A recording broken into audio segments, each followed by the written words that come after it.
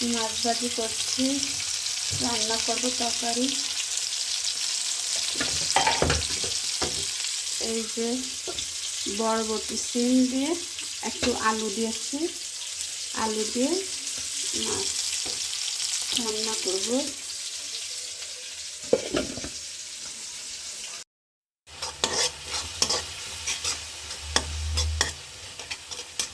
মশলা কষানো হয়ে গেছে, একটু পানি দেব।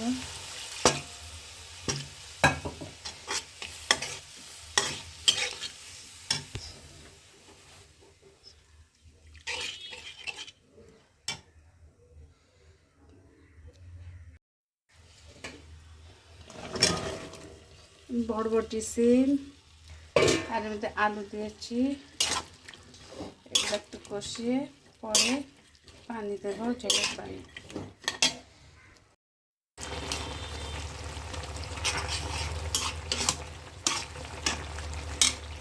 তরকারি কষানো হয়ে গেছে, আমি ঝোলের পানি দিলাম।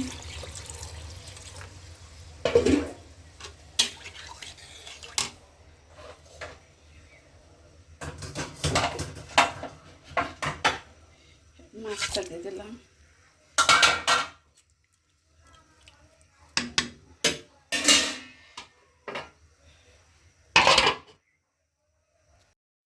এই যে বরবটি সিম, আলু, রুই মাছ দিয়ে তরকারি রান্না করেছি।